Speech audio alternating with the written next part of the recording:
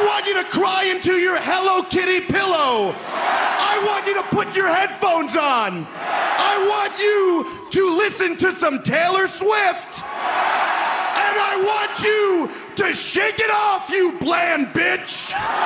What up, y'all? It's Canby, the Sexy Ninja, in the place to be for a Paper Saber universe, and this is the New World Podcast, brother. And then we're talking about Monday Night Raw, March 9th, 2026. Cole Graves on commentary. We're in Seattle. Seattle. Ooh, this is a big Raw. We are still building to WrestleMania. What does that look like? What does that mean? All that fine stuff. Adam Pearce is at the starting of the show. He's calling out Seth Rollins. Here comes all these mask figures doing the hokey pokey when they get in the ring. Yeah, it was kind of funny though. Where is Seth? Where is Seth? And amongst them, I think Seth is obviously so like, I'm like, that's Seth. Everyone's doing the hokey pokey, but I'm like, there's Seth. What's going on here? But the army of masked men, Seth Rollins comes out, doesn't say anything. And then here comes the Vision, Logan Paul, and Mr. Austin Theory. No Paul Heyman, because Paul Heyman was taken out by Seth freaking Rollins. Oh! Yeah. So, the Vision they want, and then my favorite part is Seth Rollins puts his mask back on, and everyone does the hokey pokey again, and they all dispatch and disappear into the night. He is now Seth Batman Rollins. But during this, the Usos come out. Yeet. Yeah. The Usos came out, and yeah. It's a big chaotic thing. I like the starting of this Monday Night Raw, so let's go. Then Jackie is with the Usos. You know, she tells them, like, CM Punk's up tonight, and they're like, you know what? We ain't got to worry about that. Then they stop, like, you know what? We need to worry about that. Let's go. Let's just go. So, you know, the Usos are going to confront CM Punk. Our first match of the night is a gauntlet match. My match of the night. Who's going to face AJ Lee for that Intercontinental Championship, man? It starts off with Lyra and Io. And I was like, let's go, Io! That's what I was going for. I was going for Io the whole time. But I wasn't mad about the winner. So Lyra gets eliminated by Io. Then Io goes with Raquel. Then here comes Liv. Then Liv's trying to help. Then here comes Stephanie, which was like, yeah! Then Stephanie gets taken out. Stephanie takes out Liv. And then Raquel beats down Io for Ivy to come in and get the 1-2-3 to eliminate Io. I was like, God damn it.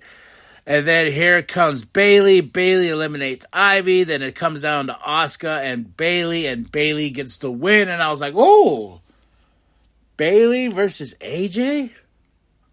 What? I like. This is WrestleMania, right? Unless they announce the match for Raw a couple weeks from now. I don't know. But I was like, Bayley versus AJ? I'm down with that. Because I keep rolling. I'm down with that. Byron, you know, Natty and Maxine attacks, and they fight because they got the thing going on. OG El Grande Americano's backstage. He gets with Danhausen. And Danhausen had a fun segment that wasn't even on the show. It was during the commercial break. You know what's funny? With all the money I pay for Netflix, I still get commercials. I don't get to see the commercial breaks anymore. Like the in-between stuff. And I like that. But no, Danhausen gave some shirts because we're called Fanhausens. I'm a fan of Hausen. So, he cussed OG El Grande Americano because OG El Grande Americano has an Intercontinental Championship match tonight. And then here comes Penta. Penta comes to the ring, cuts a promo, says he's showing love to the WWE Universe. Then here comes not OG, but new G, El Grande Americano. And El Grande Americano and Penta are going to fight for the Intercontinental Championship. This was a fun match. So did the curse work on OG El Grande Americano to be replaced in this match? Because you are cast. Next up, Stephanie has this amazing video promo. Oh my gosh. I was like, oh, I love you. I love you so much. We got the Judgment Day Clubhouse. Good old Liv is watching, and they're yelling at each other. The Judgment Day, Dominic's like, I need to go talk to Finn. We got to figure this out. He made me lose my championship last week. It's his fault, so let's go to the ring. And we get this great and amazing segment next. The moment I was waiting for. Dominic comes out, calls out Finn. Finn comes out with JD. And they're going back and forth. Dominic's like, you're the reason why I lost that championship.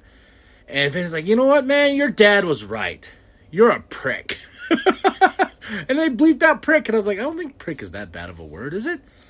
I don't think so. But no, prick is a bad word. And it was bleeped out. On Netflix. Can we quit bleeping out shit on Netflix?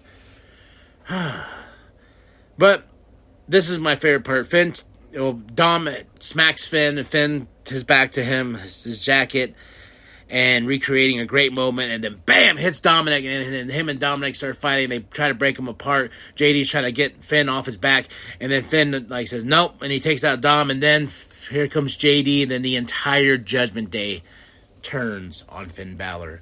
And I've been waiting for this day. I've been waiting. Oh my gosh. I was like,